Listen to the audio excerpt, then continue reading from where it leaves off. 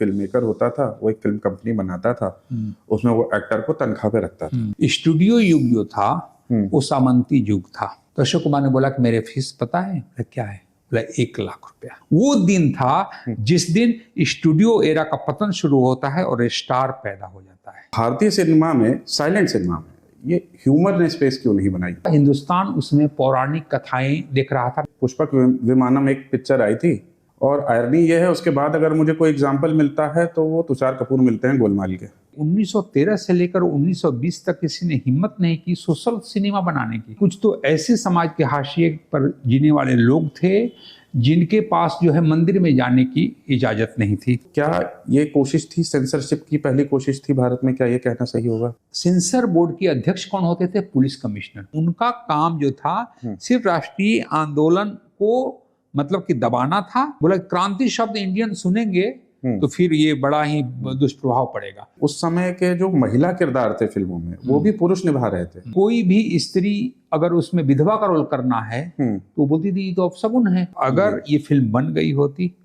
Cinema का जो पितामह है तो दादा साहब फाल्के नहीं होते। बंगालियों ने हल्ला किया कि भाई हीरालाल सेन जो है पहले फिल्म मेकर हैं। दादा साहब फाल्के ने जब अन्ना सालुंके को इस फिल्म में लिया, उसके पहले वो ग्रांट रोड के एक वेश्या को लेकर आए। इसी अफवाह के चलते कुछ उनका स्टूडियो में नहीं चला था। फोटो खींचोगे तो खून सारा चूस लेगा और मैं घर नहीं पहुंच पाऊंगा।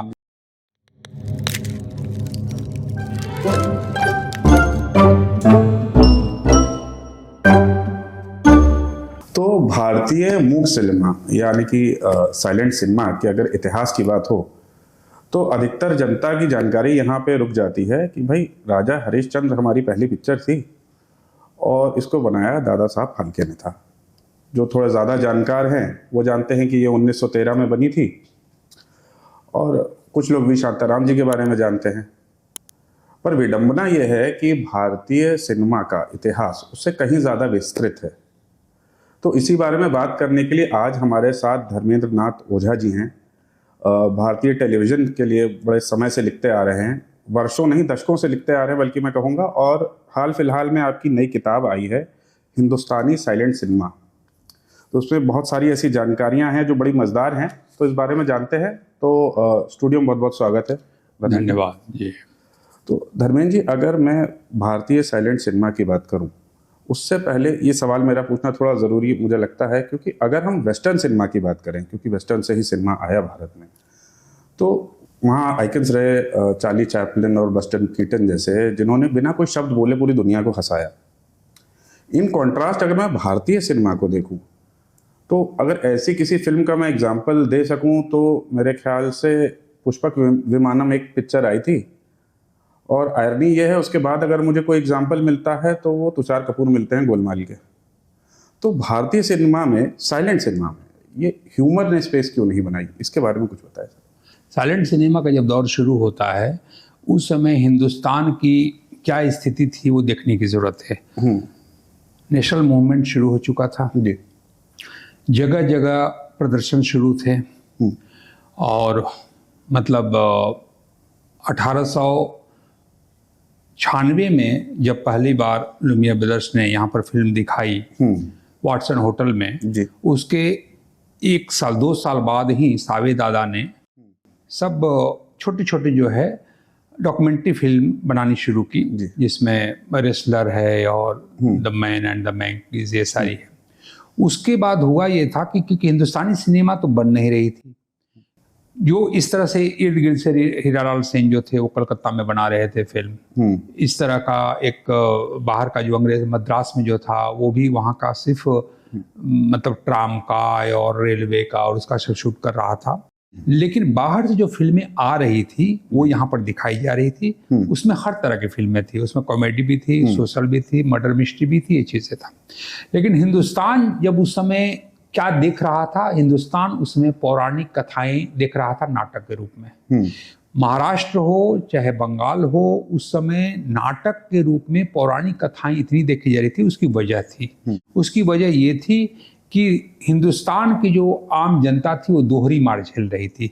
एक तो अंग्रेजों की, दूसरी जमींदारी सामंती व्यवस्था थी उसकी। उसमें ये होता कि कुछ तो ऐसे समाज के हाशिए पर जीने वाले लोग थे जिनके पास जो है मंदिर में जाने की इजाजत नहीं थी।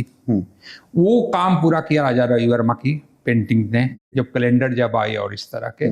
और नहीं तो क्या करते थे वो लोग, मंदिर नहीं जा सकते थे, लेकिन नाटक में जैसे भी हो, नाटक में बहुत बड़ा दर्शक जो वर्ग था वो सिर्फ पौराणिक कथाएं और ये सब देखता था।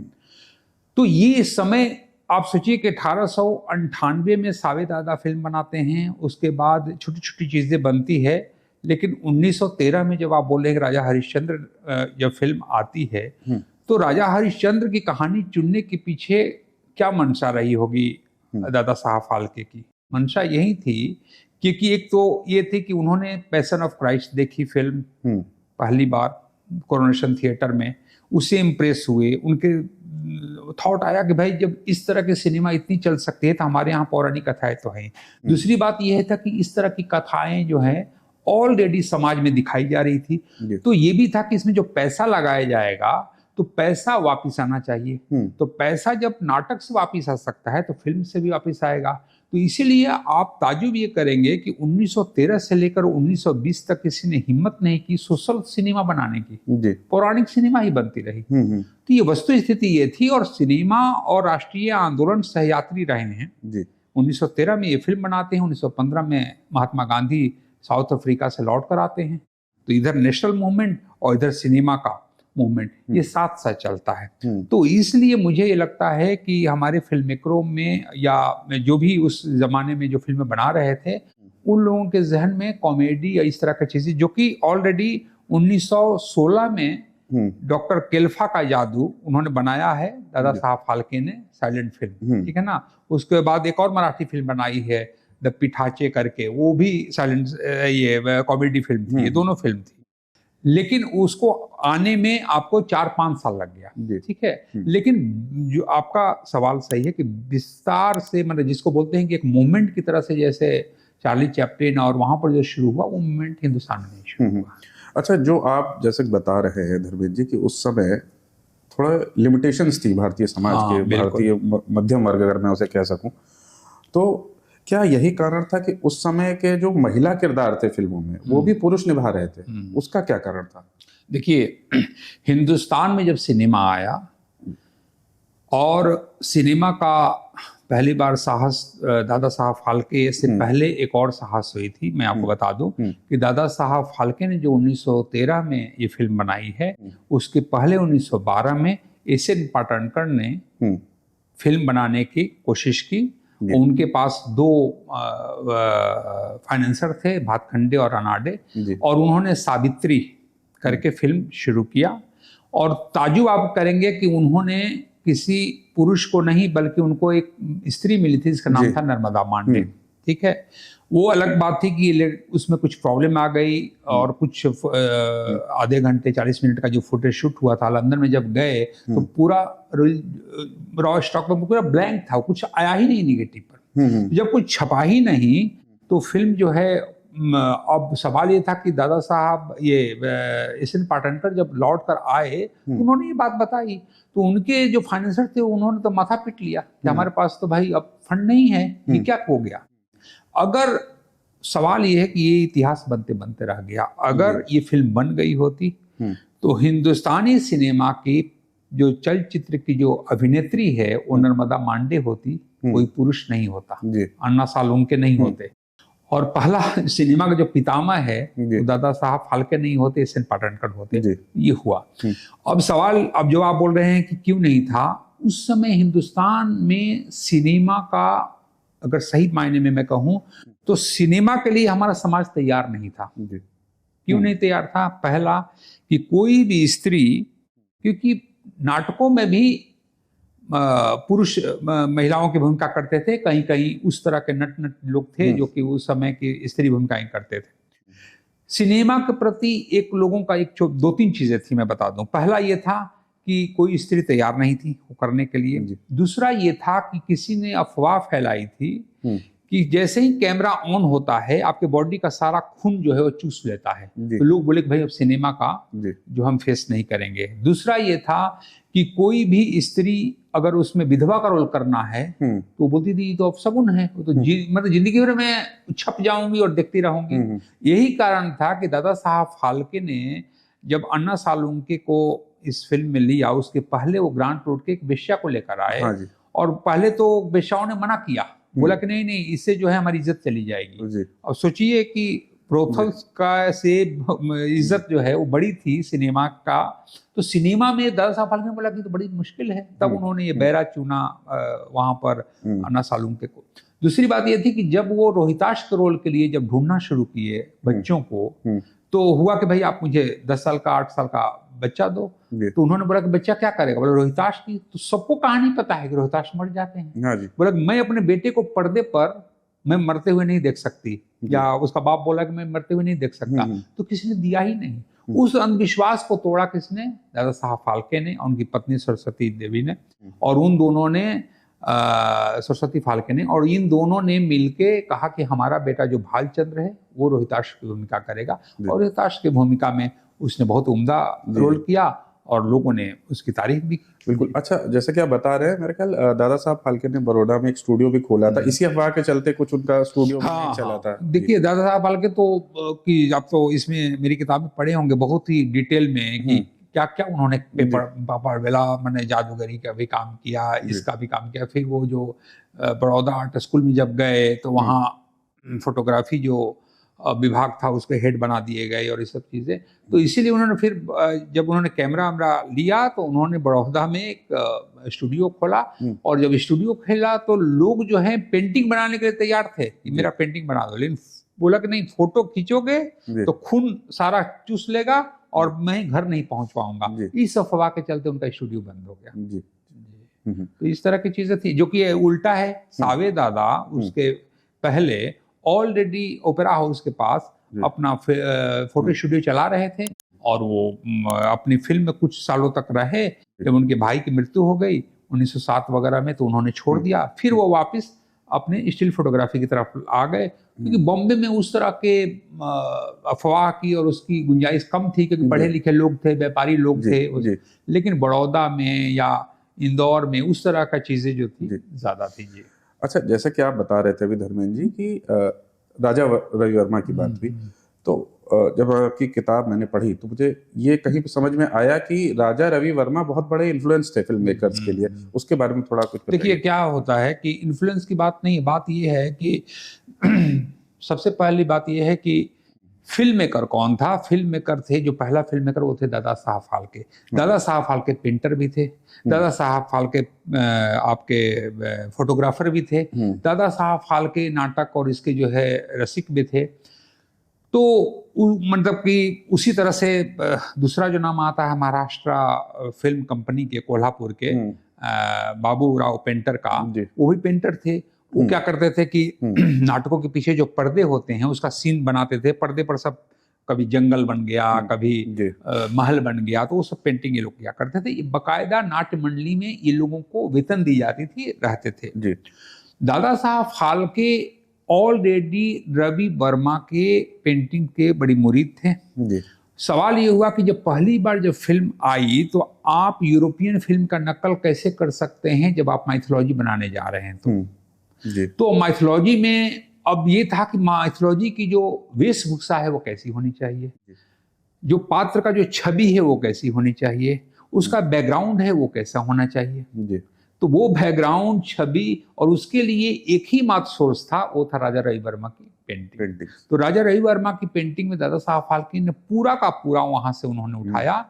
और मैं एक कदम और आगे बढ़कर बोलूं कि जब दादा बाबूराव पेंटर ने जब सैरंध्री फिल्म बनाई पहली, जो कि ऑलरेडी उनका एक फिल्म है, इनका एक पेंटिंग है जिसका नाम है किचक बधम, दादा साहब इनका राजा रवि वर्मा का। तो राजा रवि वर्मा का किचक बधम से इंस्पायर थे। उन्होंने बोला कि ये नाम तो मैं रखूंगा नहीं, तो रखूं क्या, तो सैरंध्री रखा। तो उन्होंने एज इट इज पेंटिंग का एक शॉट रखा है उसमें सैरंध्री में फिल्म में कि बैठा हुआ है किचक, इंतजार कर रहा है सरंधरी का। सरंधरी डरी हुई छुपी हुई जो है वो आती है उसके चेहरे पर, और इधर जो है दरवाजा खुला है और दरवाजा से कोई लाइट नहीं आ रही है बल्कि अंधेरा है। तो उसका प्रतीक ये था कि अंग्रेज का शासन, कीचक, भारत माता द्रौपदी और जो अंग्रेजी शासन का जो ये काला स्याह जो है वो पसरा हुआ है दरवाजे के बाहर, मतलब कि यहाँ से रोशनी फूटेगी, राष्ट्रीय आंदोलन चल रहा है और देश का तिरंगा जो है लहराएगा। तो ये जब कीचक बद्धम सरंधरी में जब भीम जब मारना शुरू करते हैं, आपके कीचक का वध करते हैं, तो पूरे हॉल में एक ही नारा गूंज रहा है, भारत माता की जय, भारत माता की जय। तो कहने का मतलब ये है कि जब इन लोगों ने उस तरह के जब माइथोलॉजी भी जब उठा रहे थे तो उसमें उनका प्रतीकात्मक रूप में यही था कि ब्रिटिश शासक के राक्षस जो है वो ब्रिटिश शासक का प्रतीक है, और जो हमारे यहाँ के जो देवगण हैं वो भारतीय राष्ट्रीय आंदोलन नेताओं के प्रतीक। बिल्कुल। अच्छा, बहुत मजेदार बात कही आपने। बल्कि मैं आपको बताऊंगा धर्मेश, मैं आपकी किताब जब पढ़ रहा था तो उसके बाद मैंने राजा हरिश्चंद्र यूट्यूब पर देखी, और जब मैंने वो फिल्म देखी तो एक चीज का जवाब तो मुझे मिल गया था कि जो वेशभूषा है कलाकारों की, वो तो राजा रवि वर्मा की पेंटिंग से इंस्पायर होके उन्होंने अडॉप्ट कर ली दादा साहब ने। पर अब क्योंकि उस समय जब पहली पिक्चर यहाँ दिखाई गई वाटसन होटल में, उसके बाद जो लोग भी, जिन लोगों ने भी सोचा कि नहीं भाई चलो अब हम भी फिल्म बनाएंगे, उन्होंने चीज़ों का इंतजाम किया और उन्होंने फिल्म शूट करने का फैसला किया, कहानी यहाँ तैयार हुई। रेफरेंस तो था नहीं। अब उनको रेफरेंस कहाँ से? भाई आप कोई भी चीज़ करने जाओगे you need a reference point ना। अब सेट कैसे बनेगा, कॉस्ट्यूम डिज़ाइन क्या होगा, लाइटिंग कहाँ से होगी, कैमरा कहाँ से होगा, डायरेक्शन कहाँ से होगा, एक्टिंग कहाँ से होगी, ये रेफरेंस कहाँ से मिला उस समय के जो फिल्म मेकर्स थे? देखिए, पहले के जो फिल्म मेकर की जो आप बात बोल रहे हैं, जैसे सावे दादा की बात कर रहे हैं, तो सावे दादा ने वही चीज बनाया जो लुमियर ब्रदर्स ने बनाई। फैक्ट्री से लोग आ जा रहे हैं, ठीक है, डाइनिंग टेबल पर जो है बेटा के साथ जो ब्रेकफास्ट कर रहा है, इस तरह का जितने भी इवेंट है लाइफ के उसको, तो इन्होंने क्या किया कि भाई हम रेसलर, तो 2 रेसलर को उन्होंने खड़ा किया मालाबार हिल में, हैंगिंग गार्डन में, दोनों की कुश्ती होती है और उसको ये शूट करते हैं। और उसको जो यूरोपियन सिनेमा जब लगती है नोवेल्टी थिएटर में या जहां भी, तो उसमें ये फिल्म दिखाई जाती है। तो लोगों को अपना मालाबार हिल दिख रहा है, लोगों के अपने कुश्तीबाज जो पहलवान है वो दिख रहे हैं, तो लोगों के लिए बहुत था। फिर ब्रिटिश स्टेशन का शॉट हो गया, ट्रेन का शॉट हो गया, बाकी यही हीरालाल सेन ने किया। हीरालाल सेन ने तो ज्यादातर नाटक जितने थे उसको शूट किया करते थे कलकत्ता में। तो हीरालाल सेन ने जब नाटकों का जब शूट करना शुरू किया तो उसमें ये भी बंगालियों ने हल्ला किया कि भाई हीरालाल सेन जो है पहले फिल्म मेकर हैं, क्योंकि उन्होंने 40-45 मिनट का अली बाबा 40 चोर जो है शूट किया, लेकिन अली बाबा 40 चोर नाटक था, वो फिल्म नहीं थी। अब नाटक को आपने शूट किया तो कैसे हो सकती है? तो नाटकों का जो बैकग्राउंड होता था उसी आधार पर, क्योंकि माइथोलॉजी आपको बनानी थी, उसी आधार पर अगर दादा साहब फाल्के नहीं बनाते, कोई और बनाता फिल्म, तो जितने नाटक के जो सेट थे ना उसी आधार पर वो सेट बनाए जाते या सोर्स लिए जाते, जो भी चीजें थी।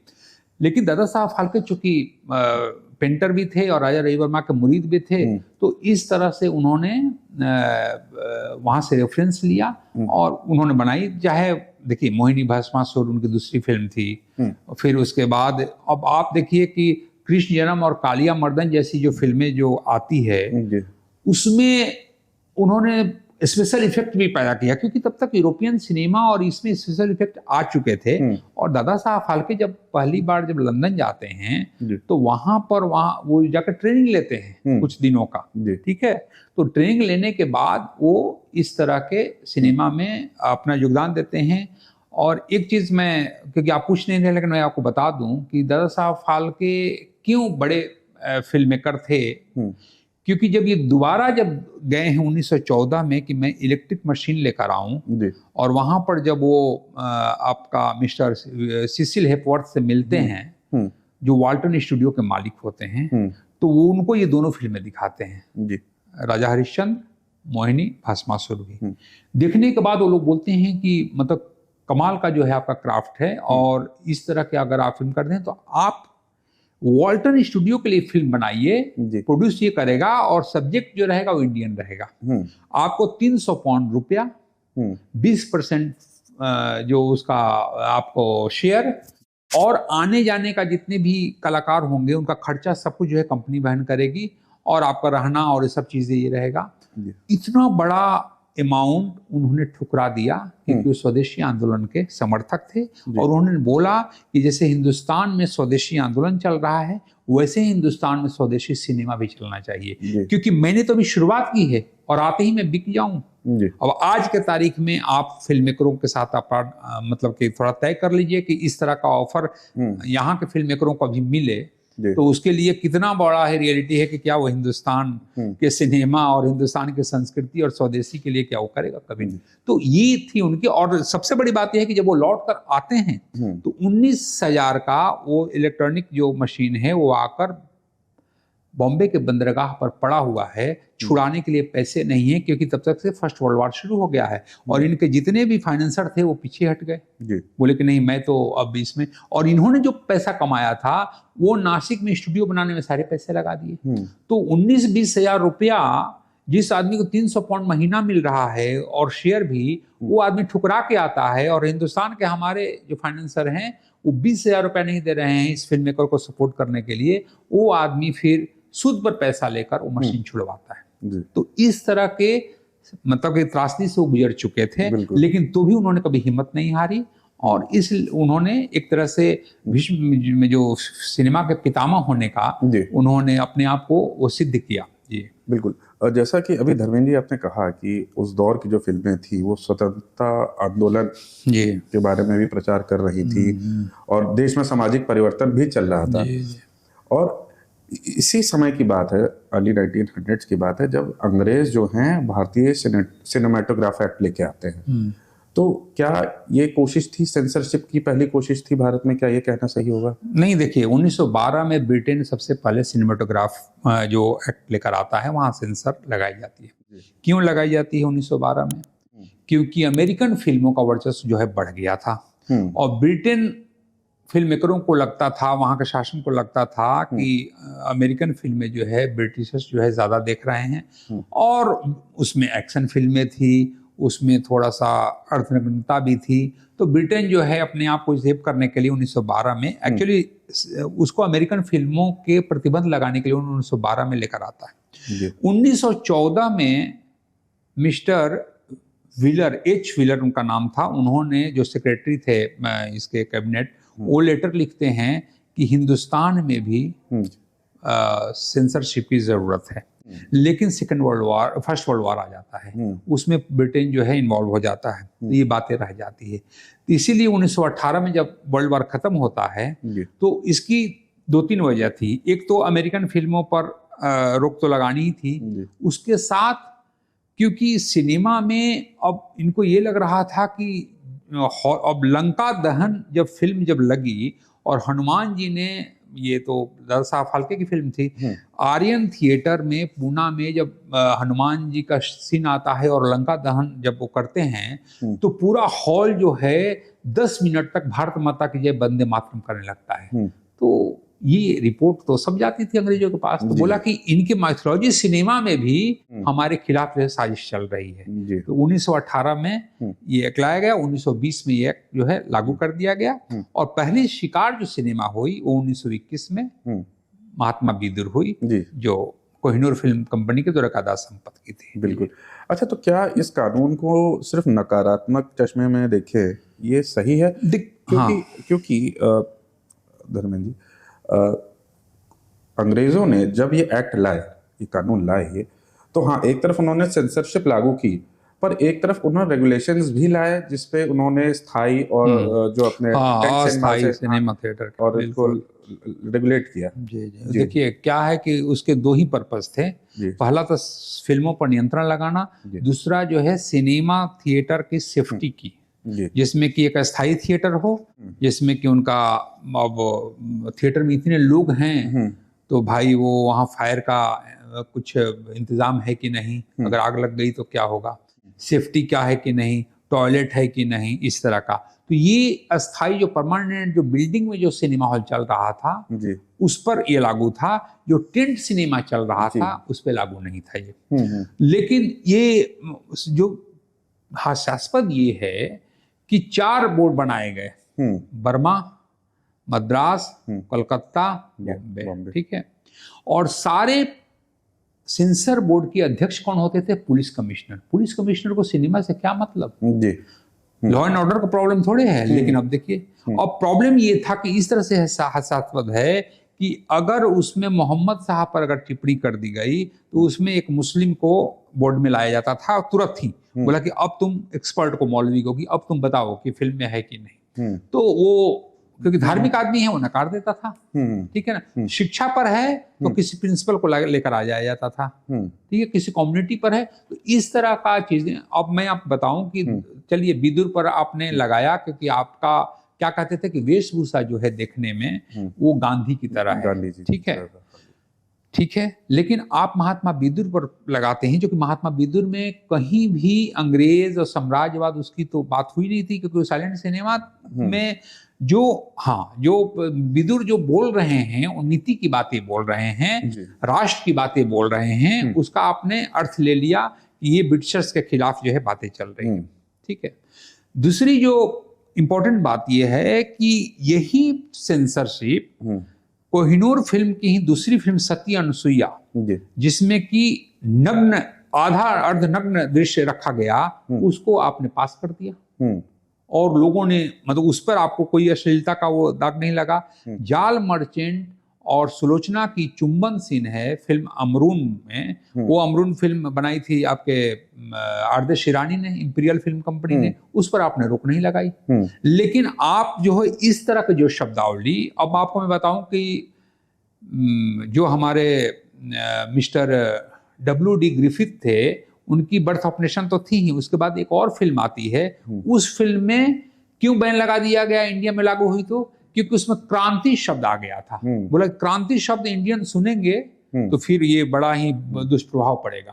अब इसी तरह का हास्यास्पद तरीके से, क्योंकि उनका काम जो था सिर्फ राष्ट्रीय आंदोलन को मतलब कि दबाना था, तो फिल्में जो है किसी भी तरह से, इसलिए नाटकों पर भी, नाटक पर कभी कभी ये लोग लाठी चला देते थे जब पता चला कि इस तरह के नारे, वंदे मातरम के नारे लगने लगे, ये हुआ तो सिपाही घुस जाते थे। तो ये कुल मिलाकर ये था, लेकिन फिर भी उस रेगुलेशन को जो लागू किया गया, उसको बाद में हमारा देश जब आजाद हुआ तो उसको हमने पुलिस और वकील और उसको हटा के हमने फिल्म मेकरों को वहां बैठाया, सोशल जो समाज सेवी उन लोगों को बैठाया, फिर उस तरह से हमने सेंसर बोर्ड को आगे बढ़ाया।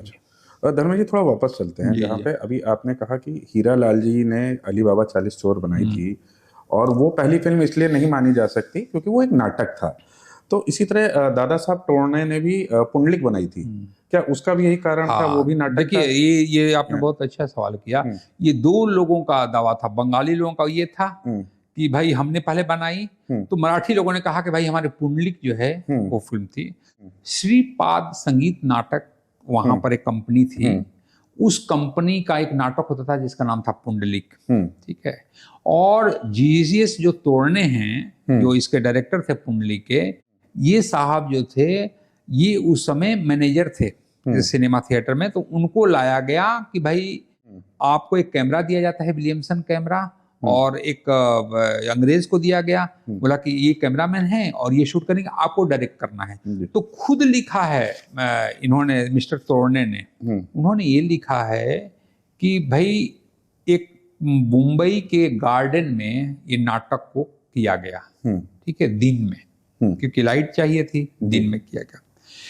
यहां पर ये नाटक किया गया, वो ग्रांट रोड में वो जगह है, आज उस जगह को बोलते हैं नाज सिनेमा। नाज सिनेमा का जो कैंपस था वही गार्डन में ये नाटक किया गया, ठीक है। 1912 की ही बात है ये। इधर जो हमारे पाटकण साहब है ये फिल्म बना रहे थे और इधर जो है इनका नाटक शूट हो रहा था। तो एक दिन में वो नाटक जो शूट हुआ है, तो इनका काम ये था एज ए डायरेक्टर कि ये एक्टर ब्लॉक बना दिया गया था, नाम दिया जा रहा था, ये नाम, ये कैरेक्टर का नाम ये बोलते थे माइक पर, वो आता था और आकर और मतलब अपना जो भी डायलॉग है वो बोलता था और एग्जिट कर जाता था, दूसरा आया और ये जो स्टैटिक फ्रेम में लगाया हुआ था। तो बात ये है कि ना आपके पास अली बाबा 40 चोर का फुटेज है, ना ही आपके पास कुंडली का फुटेज है, तो दावा करने वाले तो बहुत हैं। लेकिन मैंने इस किताब में यही लिखा कि मैंने तो उस स्टेटमेंट को निकाला जो खुद तोड़ने साहब ने दिया है। तो तोड़ने साहब ने जब ये बताया तो इससे सिद्ध होता है कि वो एक नाटक था, वो फिल्म थी नहीं। इसलिए पहली फिल्म जो है वो दादा साहब फाल्के की बनाई हुई राजा हरिश्चंद्र थी। अच्छा, जैसे कि अभी फुटेज की बात की है आपने, अभी आप थोड़ी देर पहले बात कर रहे थे तो मैं सुन रहा था धर्मेंद्र भाई, जिसमें आप कहते हैं करीब 1340 फिल्में साइलेंट बनी भारत में, पर इनमें से बहुत सारी अवेलेबल नहीं है। तो मैं देखना चाहूँ तो मैं कितनी कहाँ देख सकता हूँ? आप आर्काइव में देख सकते हैं। आर्काइव में 31 फिल्में हैं, 31 फिल्में हैं, उसमें भी सारी फिल्में नहीं हैं जी। और क्योंकि जैसे बिल्लो मंगल एक फिल्म है जी, जो मादन थिएटर ने बनाई थी। बिल्लो मंगल जो है अभी 4 साल पहले 5 साल पहले मिली है। क्यों? क्योंकि वो फ्रांस के लैब में वहां गई थी दिखाने के लिए, उन लोगों ने प्रिजर्व करके रखा था। अच्छा। तो हमारी जितनी भी फिल्में मिली है, अब जैसे एक फिल्म मिली है अभी, उसका नाम है मार्तंड वर्मा। मार्तंड वर्मा क्या थे? त्रावणकोर के जो राजा थे केरल के, मार्तंड वर्मा, उनकी कहानी थी। वो एस सुंदरराज ने बनाई थी, लेकिन वो फिल्म रिलीज ही नहीं हुई। क्यों? क्योंकि कमलायल एक पब्लिशर था, उसके ये जो मार्तंड वर्मा है उपन्यास था जिसने इस प्रकाशक ने छापा था। फिल्म जब बन गई, जब रिलीज हुई, 4 दिन चली, तब लोगों को पता चला, इनको कमलायल प्रकाशन को पता चला कि ये तो मेरे उपन्यास पर बनी है। तो उसने केस कर दिया, तो अंग्रेजों ने फिल्म को उतारवा दिया। तो क्यों? कॉपीराइट का इनको समझ नहीं था कि कॉपीराइट का वो लेना पड़ेगा परमिशन से।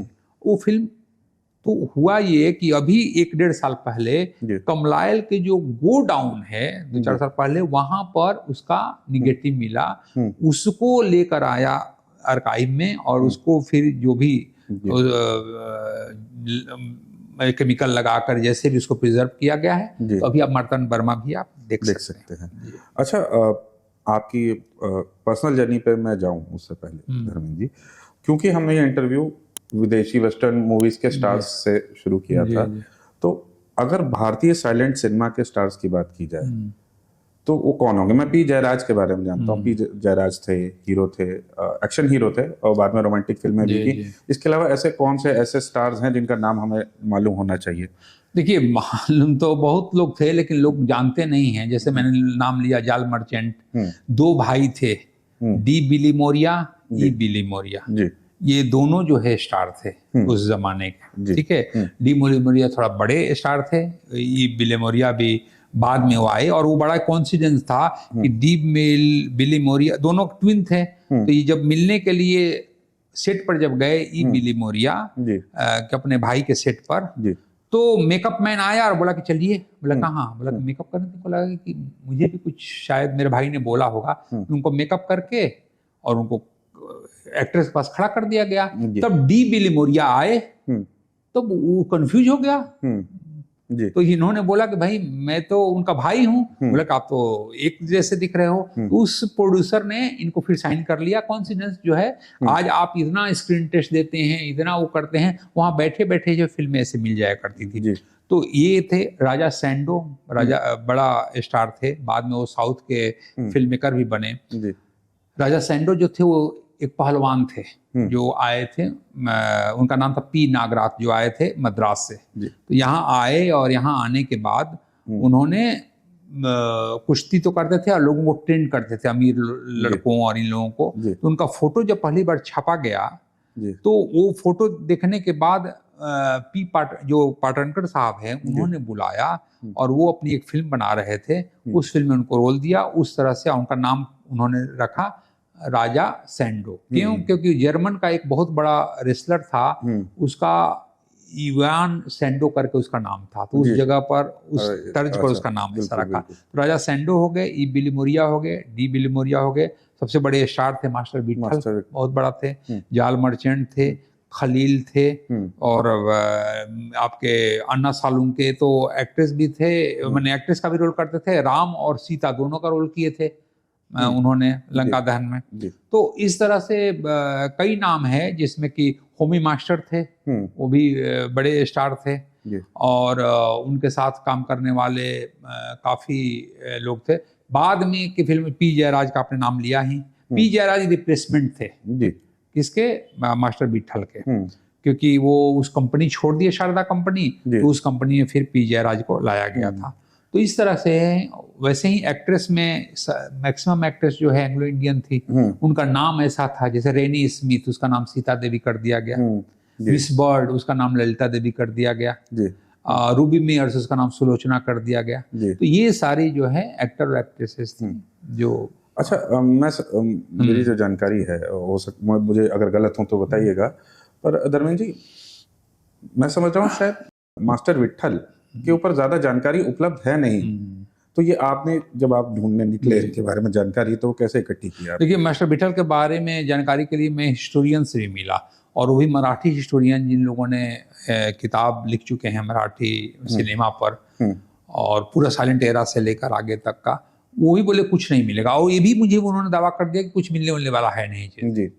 तो मुझे लग रहा है कि जब आप कोई काम अगर अच्छी नीयत से करते हैं, तो कुछ आपको जो है ऊपर वाला भी गाइड करता है। तो वैसे करके उनके एक नाती थे, मिस्टर शिशिर अभी भी हैं, दादर में हिंदू कॉलोनी में रहते हैं, तो उनसे मैं जाकर मिला, एक पत्रकार से उनका नंबर मिला मुझे, तो बोले कि हाँ आ जाइए। तो उन्होंने कुछ मुझे उनके पुराने एल्बम के फोटोग्राफ्स भी उन्होंने दिखाए इस तरह के, लेकिन उन्होंने फोटोग्राफ दिया नहीं। मैंने बोला कि मैं छापना चाहता, बोला नहीं मैं नहीं देना चाहता हूँ, कोई बात नहीं। लेकिन उन्होंने जो इन्फॉर्मेशन मुझे दी, तो वो इन्फॉर्मेशन के तहत जो है इतनी सारी जानकारी मैं इसमें दे पाया, नहीं तो अगर वो भी नहीं मिलते हमारे पास थी नहीं। जो सबसे इम्पोर्टेंट है, मैं आपको बताऊं, ये किताब अधूरी रह गई थी, क्योंकि ये किताब मैं लिख चुका था 2022 तक, लेकिन पूरे 1 साल तक पड़ी रही थी, क्योंकि उसमें जो कलकत्ता का जो सिनेमा था उसके बारे में मेरे पास कोई नॉलेज नहीं थी, मादन थिएटर के बारे में। मादन थिएटर में जो बी.डी. गर्ग ने लिखा है, मादन थिएटर में फिरोज रंगूनवाला ने लिखा है, मादन थिएटर के बारे में जो भी एक हिंदी सिनेमा का इतिहास है उसमें भी आया है, मनमोहन चड्डा ने लिखा है, तो वही जानकारियां हैं जो रिपीटेटिव है, उतनी ही। मैं बोला कि ये किताब मैं लिखने जा रहा हूँ, ये किताब मैं इस जानकारी के साथ तो नहीं लिखूंगा, भले मुझे कितना भी वेट करना पड़े। तो ये मुझे पता चलता है कि मादन थिएटर पर एक प्रोफेसर हैं, उन्होंने एक बहुत अच्छा शोध करके काम किया है मादन थिएटर पर, और वो उनके जो टॉपिक थे, Madan theatre legacy, Madan theatre studio, इस तरह का उनका ये था। तो rise and downfall of Madan theatre, इस तरह का। तो मुझे लगा कि ये इस आदमी के पास हो सकता है। मैं ढूंढना शुरू किया, यार इस आदमी का, वो बंगाली थे। पता चला मुझे, मैं सत्यजीत एकेडमी कॉल किया। अच्छा, उस समय कोरोना का पीरियड भी चल रहा था 21 में, तब से मैं ढूंढ रहा था, लेकिन कुछ मिल नहीं रहा था। तब मुझे पता चला कि वो तो 2019 में गुजर चुके हैं। तो अब उनके, मैंने बच्चे और पत्नी का पता निकाला, और उन लोगों ने भी, उनका बच्चा ने बोला कि ठीक है मैं पता करता हूँ। मैं बोला कि ये किताब है, और आपके पिताजी का मतलब मैं अलग से उनको जो है इस किताब में मैं कोट करूँगा या रेफरेंस दूंगा कि कहाँ से मैंने लिया। लेकिन तो भी उनके पता नहीं क्या हुआ, फिर बेटा भी फ़ोन उठाना बंद कर दिया, और मेरे लिए बड़ी अजीब स्थिति थी। फिर मैं कुछ फोटोग्राफ, मैंने बोला कुछ फोटोग्राफ्स तो लेकर मैं आऊँ फिर आर्काइव से, और सब तो हो ही गया है, इसको देखते हैं कैसे करेंगे। मैं गया 2022 में, मैं दिसंबर में या नवंबर में मैं गया पूना, वहाँ FTI गेस्ट हाउस में रुका 3-4 दिन के लिए, और उसमें फोटोग्राफ्स और भी कुछ मटेरियल इकट्ठा करा था। उसमें उसकी जो लेडी थी, उसकी लाइब्रेरी इंचार्ज नहीं, वो पूरा उसकी फोटोग्राफ्स की जो रखवाली, उनका नाम था आरती करखानविस, वो रिटायर हो गई। आरती करखानविस को जब मैंने ये बताया, मैं बोला कि मेरी तो किताब पूरी ही नहीं हो रही है, तो उन्होंने बोला कि मादन थिएटर पर पूरा थीसिस आया है।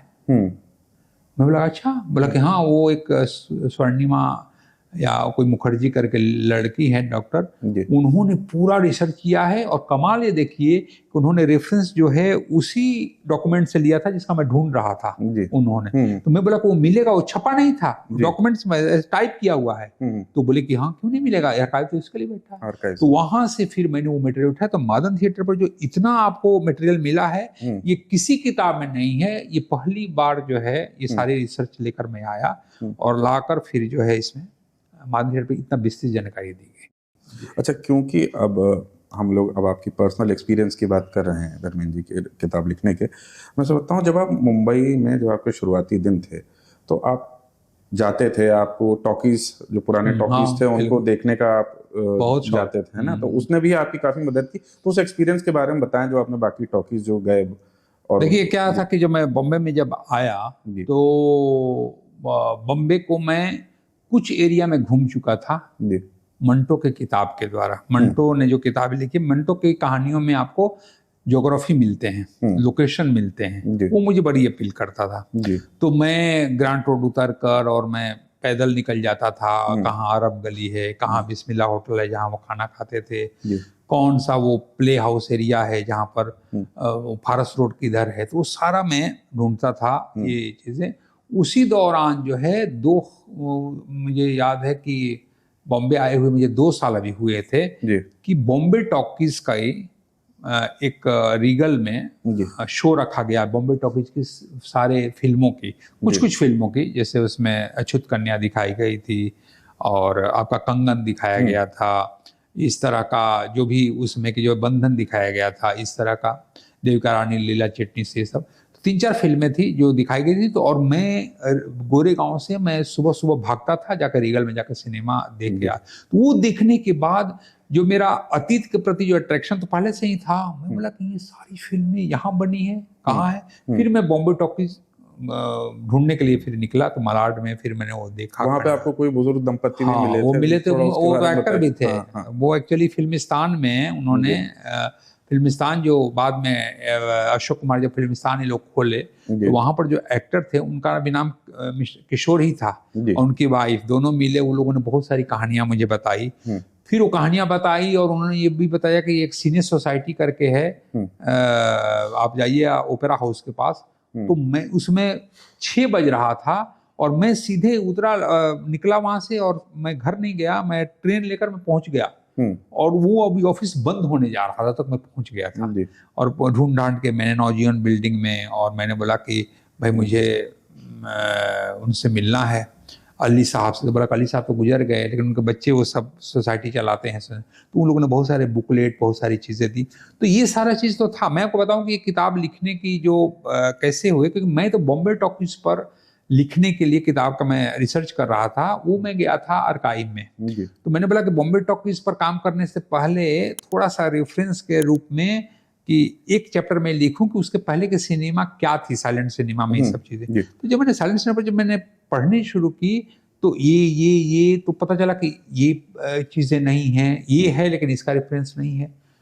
तो मैंने बोला कि ये तो इतना बड़ा कुआं है कि इसमें तो किसी ने हाथ ही नहीं डाला उस तरह से, ये तो उतना ही। तो फिर मैंने बाकी लोगों की किताब मैंने पढ़ी थी तो मैं बोला कि इससे, क्योंकि इसका तो विस्तृत, क्योंकि जब मैंने अपना FTI के लाइब्रेरी और उसके आर्काइव में जब किताबें मिलनी, वही कि इतना है लेकिन इसका इंटरव्यू नहीं है, ये है लेकिन ये नहीं है, तो मुझे लगा कि अगर ये काम अगर हम नहीं करेंगे तो फिर कौन करेगा। ये तो अगर मैं बॉम्बे टॉकीज करता हूं तो साइलेंट सिनेमा पर चीजें बिखरी पड़ी है, उसको एक ढंग से जो है रखा नहीं गया है मटेरियल को बेहतर ढंग से, जो एक कहानी के रूप में कहे जो लोग। मैं बोला कि आज मुझे प्रॉब्लम हो रही है ढूंढने में, तो मेरे 20 साल बाद अगर कोई लड़का आएगा ढूंढने के लिए उसको तो और प्रॉब्लम होगी क्योंकि उसके पास और कुछ नहीं मिलेगा।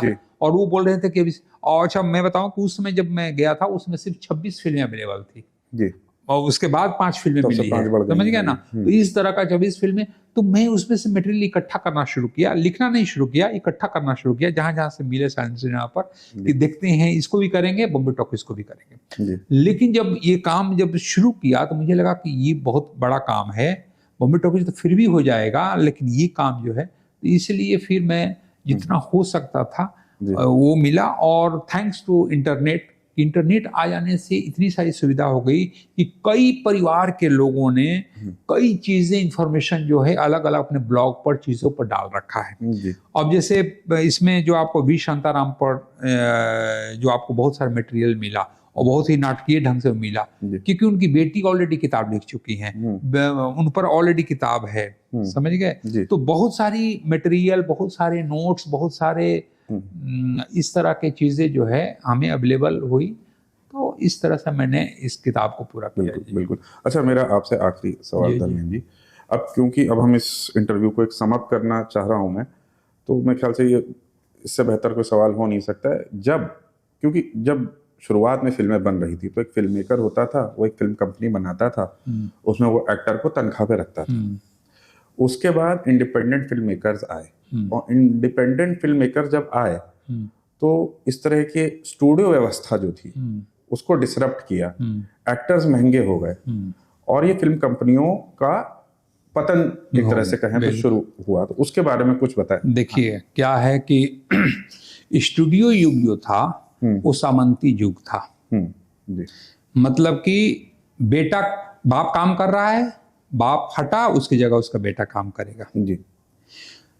मालिक जो है सामंत युग में क्या था कि आपके यहाँ कोई मर गया तो मालिक यहाँ से चावल जाएगा, गेहूं जाएगा, चना जाएगा, समझ गए। बीमार पड़ गया तो उसकी दवाई की भी व्यवस्था हो जाएगी। उस रूप में उसको वेतन उतना नहीं है, लेकिन एक सोशल सिक्योरिटी जो थी वो स्टूडियो एरा में थी। आपको वेतन मिलता था।